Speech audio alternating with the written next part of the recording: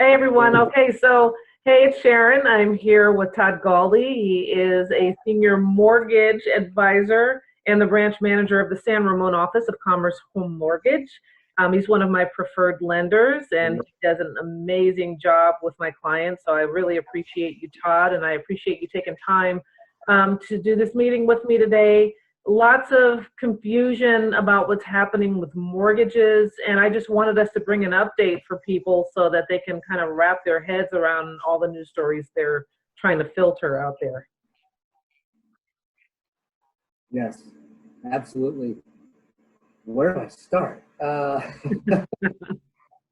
I've been telling people, and we've all been feeling like this. First of all, I can't wait for the month of March to be over. This is. Just a few hours left.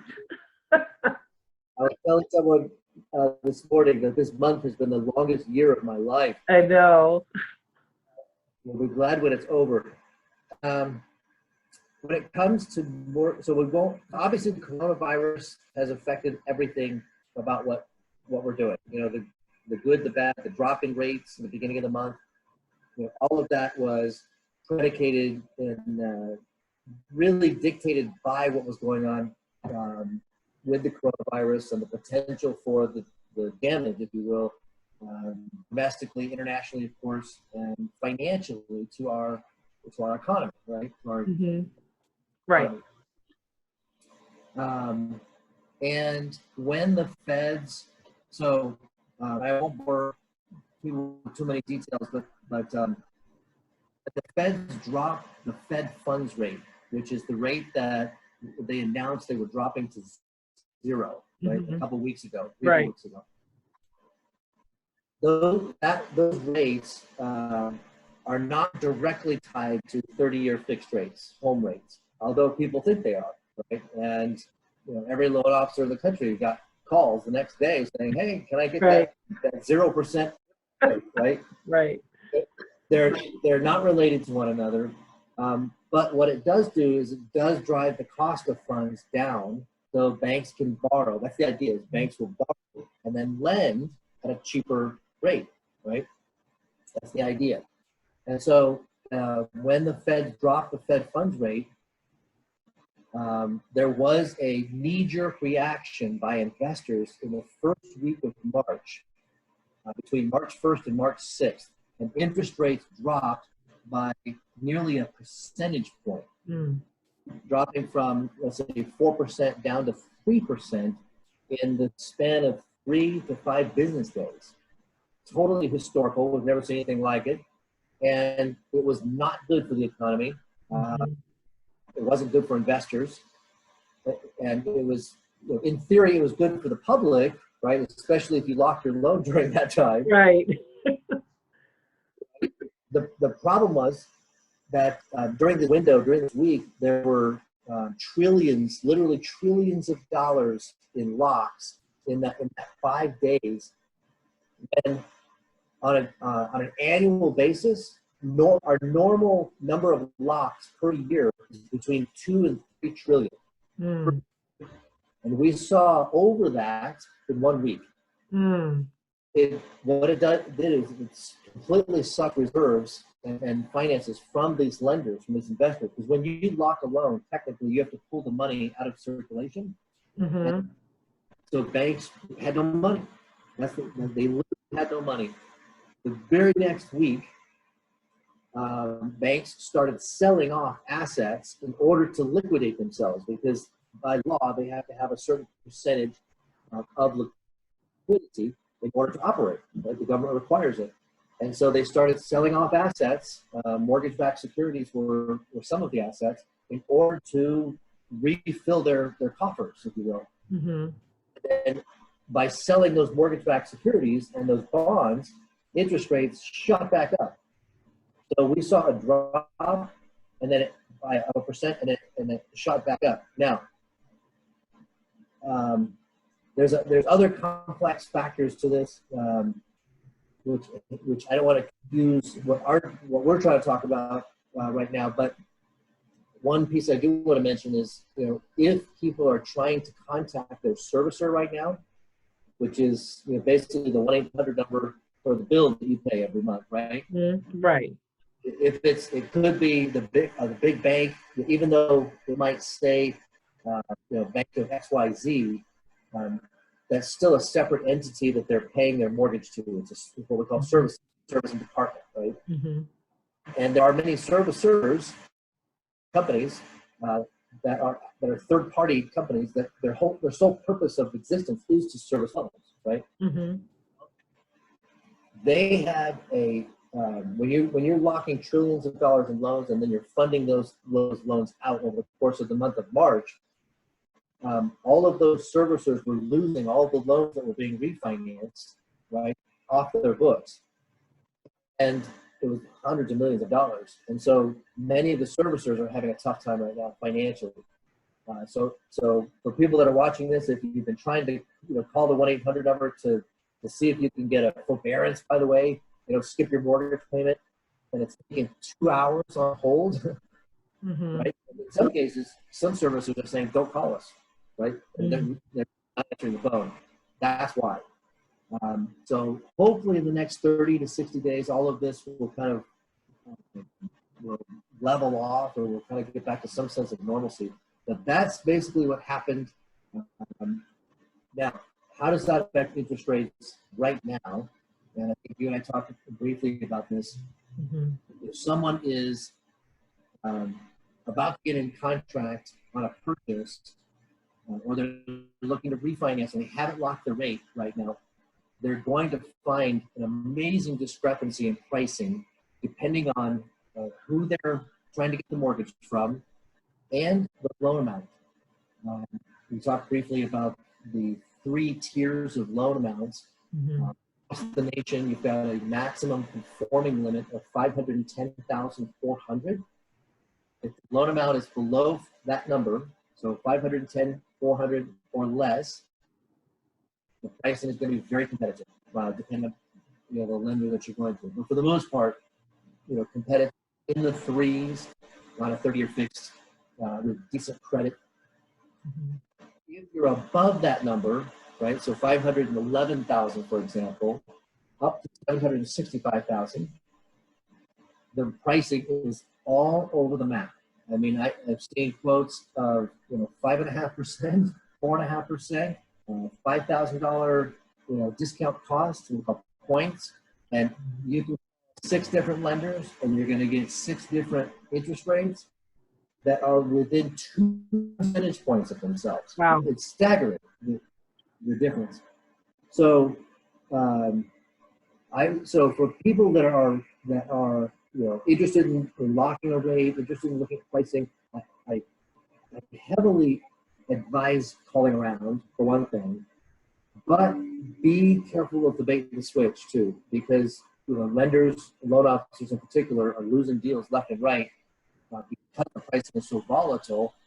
Their consumers just saying, well, why can't you give me some? Why can't you tell me, what's going on with the price? Why, one day you tell me it's this, the next day it's completely different, right? It's not the loan officer's fault. It's the industry, it's the business. right. So that's not much in the way of advice necessarily, but and if the loan amount is below 510,000 and you've got a decent 3.5% rate, I would stick with that. Call it a day. Do not try to don't try to shop around and find just if you've got a loan officer. Here's the advice: if you've got a loan officer you trust, that's important. Right. You've got a decent rate in the mid-3s. Lock it and call it a day. Okay. So I don't know if that answers your question necessarily, but I think that's the best piece of advice I can give when it comes to rates. I think it gives a really good idea, I mean, to some degree of, again, the volatility of what's happening in the market and how the mortgage industry is trying to adjust to everything that's been going on without freaking everyone out, although I think they're still freaking people out. And what that also brings up, because what we're seeing on the real estate side, of course, we work hand in hand, is not only is this affecting people as it pertains to mortgages with interest rates, A lot of people rely on using resources that are available to them, such as 401ks or Right. stocks, and other investment vehicles that have been impacted by all of the volatility in the market. And now buyers who thought, okay, I'm ready to move forward, they're now clutching their stock portfolios, or they're looking at their 401k, and they're, for some, they may be trying to stop the hemorrhaging. They may not know um, kind of where things are going to settle. How have you been seeing that affect your borrowers? That's a good question. So we've had transactions on most recently property that was in new construction, and they were supposed to close at the end of March, and they had been in contract for 3 months. Obviously, prior to the stock market decline, they had a big a 401k with 600,000 in it. Mm-hmm. They got to the second week of March, that had been depleted by almost 50%. Wow. And so now they're looking at 350 roughly, and they were putting down 350, right? So they were anticipating pulling out 300,000 from their $600,000 401k, and now they're having to do the whole thing, right? Yeah. So they were affected by it, and they ultimately had to make a decision of whether to buy the house or back out. That's a tough one, because if you pass the contingency phase, right, or let's say you submitted your offer with no contingencies, right, let's say no loan contingencies, Mm-hmm. appraisal comes in just fine, but now you get to 2 weeks before you're closing, and if you don't have the money to put it down, then we're going to decline your loan, right? Right. There's nothing. Well, you have to have money to close as well. So.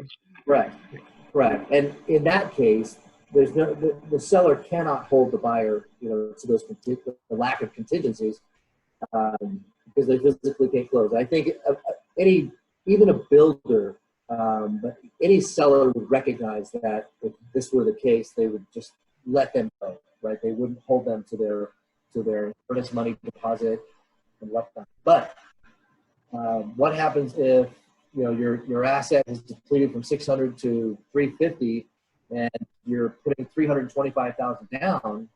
But now you don't want to deplete everything, so you want to back out of the deal, right? Mm-hmm. But you can't, because you lifted all your contingencies, and technically you still have the ability to put the money down, right? Mm-hmm. The seller has every right to hold you to this contract, Right. Or they earnest money deposit, right. Yeah, I mean, the only, barring, if there's an employment loss, or say they work in an industry that's currently on shelter in place and they're not able to earn income, there may be some circumstances that a seller may consider, but you're right, they are still obligated to that contract. Yeah. So that's been the only real world example that I could share. Mm-hmm. I haven't seen a lot of it. A lot of people that were pre-approved, and they were looking at homes and looking to buy. Mm-hmm. They said we're going to hold off for now because our money was coming from this this IRA or this 401k that is now 40% of its value or 60% of its value.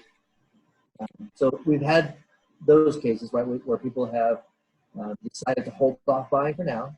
Mm-hmm. Not for any other reason other than that. Okay. Yeah.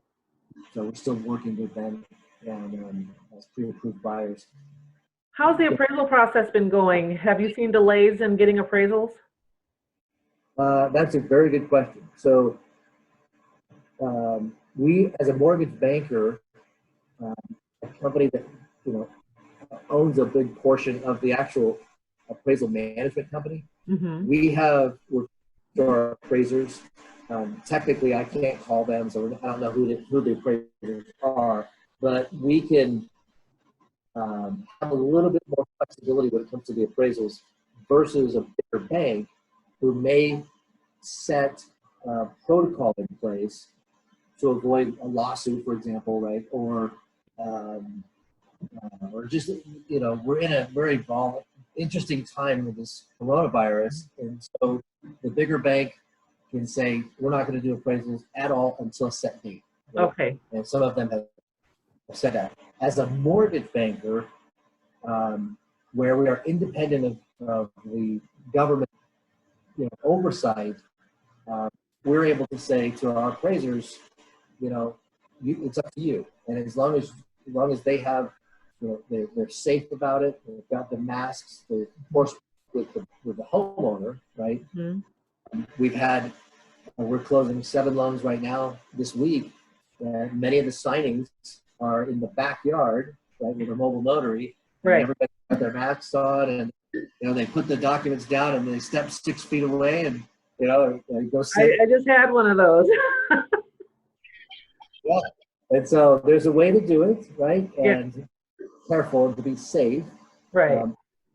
We actually have, so our appraisers will correspond with the homeowner, and so the homeowners will leave the house, and then they have a mask, and some have a respirator, and then they'll rush through the house as quickly as they can, making sure they do their job, right? So they're taking photographs, they're getting enough information for a viable appraisal, but they're doing it quickly. Okay. And, no more than probably 3 to 5 minutes on the inside of the house and getting out of there. Okay. The other cool thing is we are a direct lender to Fannie Mae and Freddie Mac, and so we go off of their guidelines, straight off their guidelines without any overlays. And Fannie and Freddie have what are called appraisal waivers. Right. Almost half of my refinances right now have what we call PIWs. Okay, cool. Property inspection waivers, and so there's no appraisal required. Okay. And so if the loan to value is strong, if the estimated valuation that we put into the system corroborates with what Fannie Mae or Freddie Mac have on their database, then you get a waiver. Okay. Doesn't happen every time, but it's been pretty frequent. All right. Yeah. And then one other question. Were you finished, or was there something else you were about to say? Oh, okay, cool.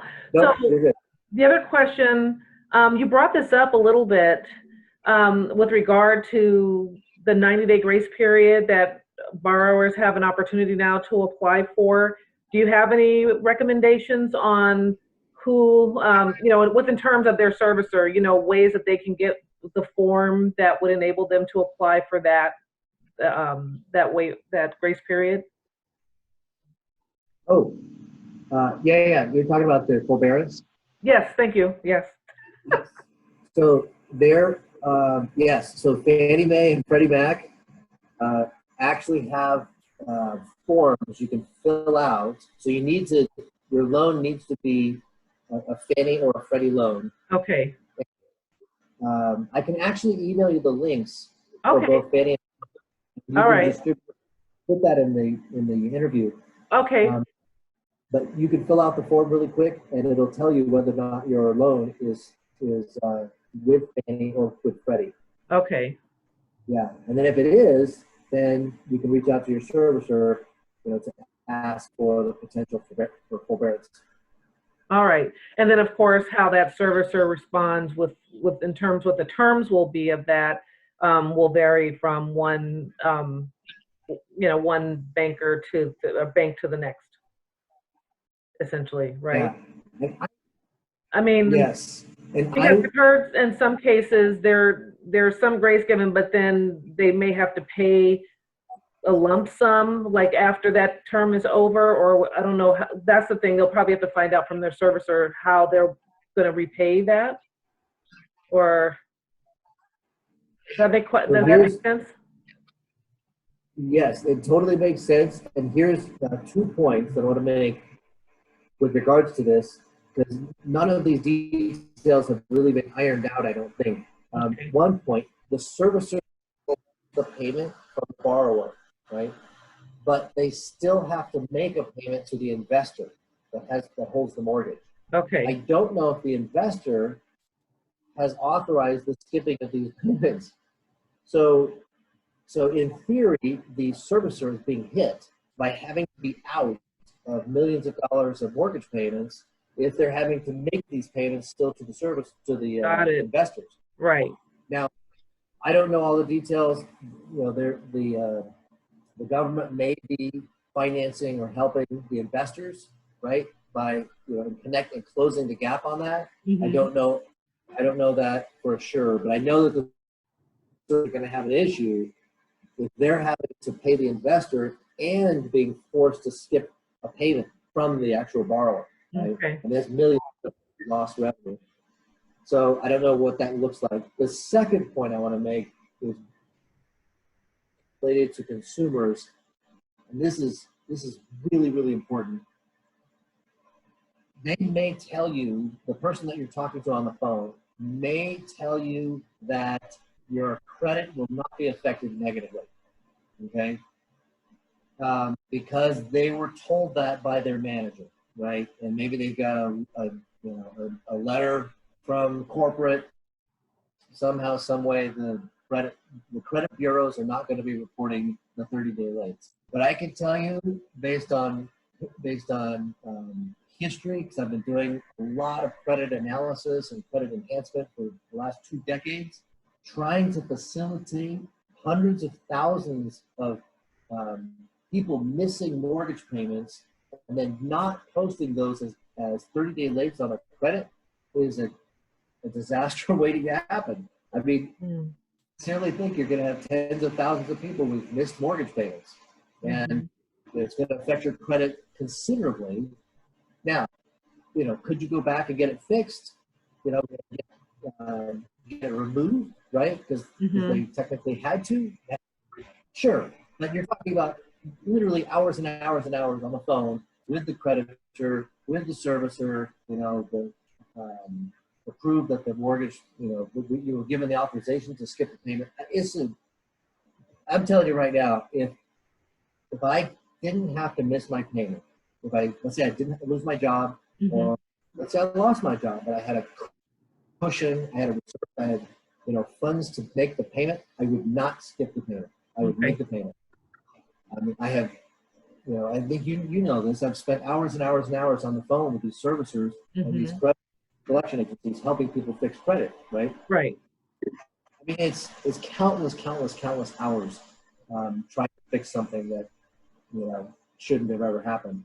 So, just word of advice: I wouldn't skip the payment unless you absolutely had to. The job loss, and just hope for the best. Quite frankly. Okay. Just my 2 cents on that. All right. Is there anything else you want to add before we close? Let's see. I think, the one other thing I want to spend just a couple minutes on, because we've had, I've had agents, ask about valuations here in the Bay Area and how, right, how those might be affected by what's going on. And I think I'm very confident that valuations in the Bay Area are going to remain very stable because we're a heavily tech-driven employment area, right? And most people that own homes here in the Bay Area work in the tech sector. And so even right now, while we're in this shelter-in-place phase, sorry about that, many of these people were already working remotely, right? They had the ability, right? And they would go to the office 3 days and work remotely 2 days, right? So much of our economy is driven by the ability to work remotely. So I don't see a lot of job loss here in the Bay Area to affect the ability to make a mortgage payment. The other thing is this area is and always has been a highly sought after area to live. You include, certainly the employment, the topography, the geography, the weather, sports and entertainment. Obviously, we don't have those now, but when everything gets back to normal, it is the best place in the world to live, and people recognize that. People come from all over the world to live here. And so I think that aspect of the Bay Area is always going to be a big driver of of housing. And so I don't see housing dropping, even if the number of buyers drop by maybe 20%, you've still got a large segment that still want to buy. Right, and there's still a shortage of inventory, and that's also driving the stability in the price points, because there's a lot of competition for what is coming available. Some sellers have put a hold on putting their homes on the market because they're uncertain, especially as the real estate market adjusts.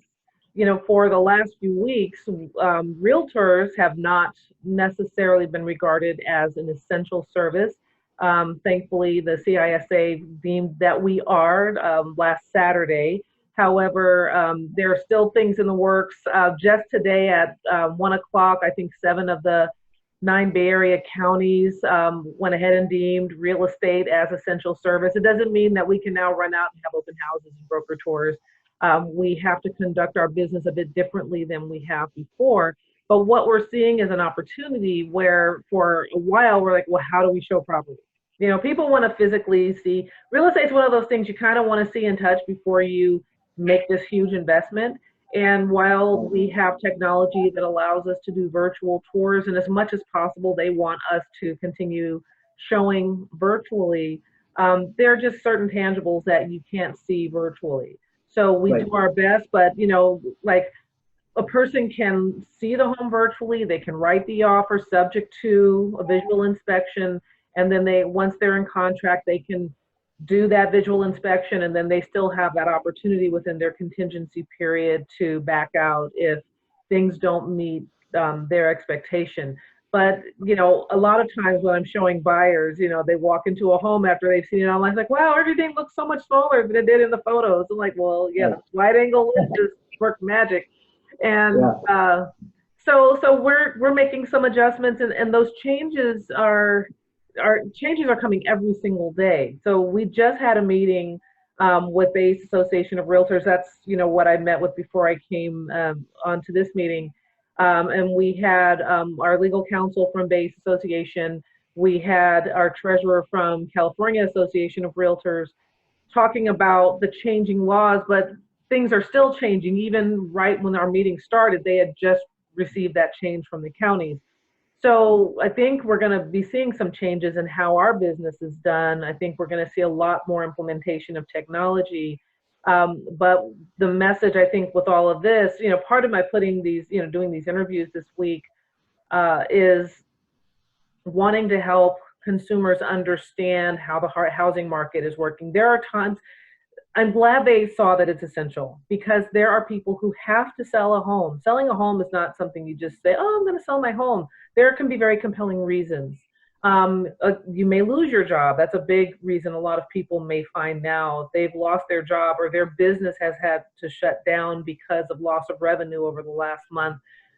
They may find themselves in a position where, in order to avoid foreclosure, they need to sell their home, or someone may have passed away, or maybe their family is expanding, or they've just received a job here in the Bay Area and they need a place to live. We provide one of the 3 fundamental essentials, which is shelter. And so and then of course our mortgage lenders help us help people to obtain that shelter. And so the whole objective here, everything we've just shared today, of course, we know could change within the next 24 hours, as we don't know how things are going to be shifting. But the objective here is to help to at least, clarify things for people who may still be wondering, or still may be fearful, or on the shelf. Right now is still actually a good time to sell. There's not a lot of competition. And what's being forecasted is whereas things begin to stabilize, we're probably going to see a really strong third quarter when it comes to home sales, as people become more comfortable with putting their homes on the market and more buyers get out into the marketplace. So, but people are still buying and selling. And yeah, so that's my 2 cents. But just to add to what you're saying about the market, so I agree with you. That's my long way of saying I agree prices are going to remain steady. This is very different. I mean, you can maybe elaborate on this a bit from what we saw in 2008. And I think what people think people hear the word recession and they think that the housing market's going to crash again like it did in 2008. Do you have anything you want to say with regard to that? Yeah, really quick. So the difference between the two. So first of all, we've crammed. So in 2008, 2009, 2010, we saw a decline in housing, and the economy and everything kind of just hit rock bottom, in 2009, 2010. But it took 2 years to get there, right? You have to get there. And so you can follow the graph and see the bottom, and then it starts to go back up. And essentially crammed that 18 to 24 month period into 30 days. Yeah, right. And to me, that's the biggest difference. And that's the factor of what's going on, is that we've just said, okay, back then we had time to think about, okay, do we sell our house? Oh, it just declined again. And so it progressively got worse, but you had time to make a decision. Now, we've hit this unbelievable level of unknown, right? In a month. I mean, it's been like 30 to 45 days, and here we are, and there's no end in sight necessarily, right? It could be 3, 6, 9 months before we top out the curve, flatten the curve.